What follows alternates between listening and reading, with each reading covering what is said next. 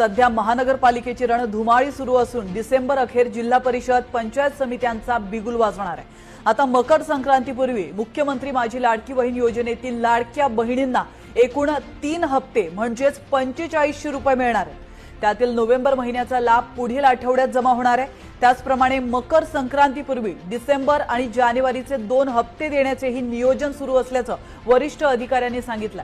तर निवडणुकांमुळे ई-केवायसीला पुढे आणखी 1 महिन्याची मुदतवाढ मिळू शकते। सध्या महानगरपालिकेची रणधुमाळी सुरू असून डिसेंबर अखेर जिल्हा परिषद पंचायत समित्यांचा बिगुल वाजणार आहे। आता मकर संक्रांतीपूर्वी मुख्यमंत्री माझी लाडकी बहीण योजनेतील लाडक्या बहिणींना एकूण 3 हप्ते म्हणजेच 4500 रुपये मिळणार आहेत। त्यातील नोव्हेंबर महिन्याचा लाभ पुढील आठवड्यात जमा होणार आहे। त्याचप्रमाणे मकर संक्रांतीपूर्वी डिसेंबर आणि जानेवारीचे 2 हप्ते देण्याचेही नियोजन सुरू असल्याचं वरिष्ठ अधिकाऱ्यांनी सांगितलं। तर निवडणुकांमुळे ई-केवायसीला पुढे आणखी 1 महिना